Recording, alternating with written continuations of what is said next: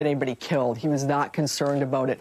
And then all of a sudden, he calls Donald Trump up on the stand. This was not supposed to, Donald Trump is going to be one of the last witnesses, but this was not for him to be a witness in the case. This was to specifically speak to this issue. The judge very quickly, he was up and gone almost before anybody could even, turn around. But the judge asked him who he was referring to, came out, his argument, it was Michael Cohen. It wasn't the clerk. The judge said, he says, as a trier of fact, I find this witness not credible, and Donald Trump was fined $10,000. And then Donald Trump, not long after, stormed out of court. I don't think it was expected. The Secret Service went scurrying after him. It was quite a scene. He ended up coming back, but not happy. No one was happy. The judge was furious at him. And that is him storming out of the courtroom. We have that video that was up right now. Yeah. Tim, why can't this man control himself?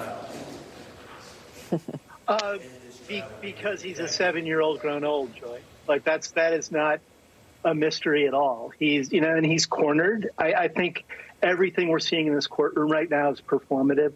None of it is strategic legally. He wants to present everything that's happening in the court as targeted against him, as a sham and lacking in merit, so he can convince his supporters and the public that he is somehow the victim here. But it is completely running against what they should be doing to have a sympathetic judge who at the end of the day is going to be the one who imposes the penalty on the Trump organization and Donald Trump. He will determine the size of the fine.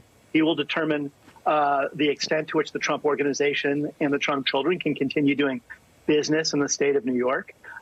So I just think it's day after day we're getting continued evidence of him as someone who feels cornered. And I think, the video at the top of the show where he goes on and on about how miserable he feels that people are flipping against him. It's worth remembering, over 40 years ago, when Donald Trump first went into business in Atlantic City, he voluntarily approached the FBI and told them he'd be willing to flip on other casino owners who may have mob ties. In part because Donald Trump, when he first entered Atlantic City, entered in partnerships with mobbed-up partners on his own properties. But it's also because he has no problem flipping himself when it serves him well. He's allied with Rudy Giuliani, who made a career as a U.S. attorney by getting mobsters to flip on one another. He's been around this his whole life. What he's upset now is that all of these wheels are turning against him. And he doesn't have the maturity, the temperament to handle it in a different way. And Glenn,